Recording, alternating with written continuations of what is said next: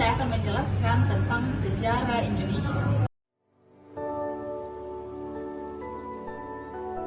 Masa kekuasaan VOC dan kolonial Hindia Belanda.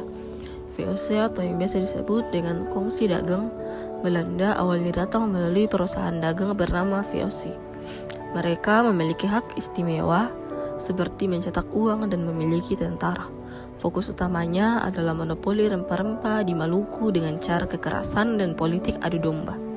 Tanam paksa setelah VOC bangkrut, pemerintah Belanda mengambil alih. Mereka mewajibkan rakyat Indonesia menanam tanaman ekspor secara paksa. Hal ini menyebabkan kemiskinan hebat di Indonesia. Namun di sisi lain, memperkenalkan penduduk lokal pada tanaman komoditas internasional. Kedua, lahirnya kesadaran nasional politik etis. Karena dikritik dari orang Belanda sendiri, Belanda membalas budi dengan memberikan pendidikan bagi warga lokal. Golongan terpelajar, hasil pendidikan ini justru melahirkan tokoh-tokoh yang pintar, yang sadar bahwa mereka sedang dijajah. Mereka mulai melawan bukan dengan pedang, tetapi dengan organisasi modern. Sumpah Pemuda. Ini adalah momen kunci di mana para pemuda dari berbagai suku sepakat bahwa mereka adalah satu bangsa, satu tanah air, dan satu bahasa, yaitu bahasa Indonesia. Perjuangan tidak lagi bersifat kedaerahan atau sendiri-sendiri, tingkat dan kejam. Tujuan Jepang masuk ke Indonesia yaitu untuk mendapatkan sumber daya alam demi kepentingan perang melawan Amerika dan Sekutu. Dampak militer Jepang membentuk organisasi militer seperti PETA.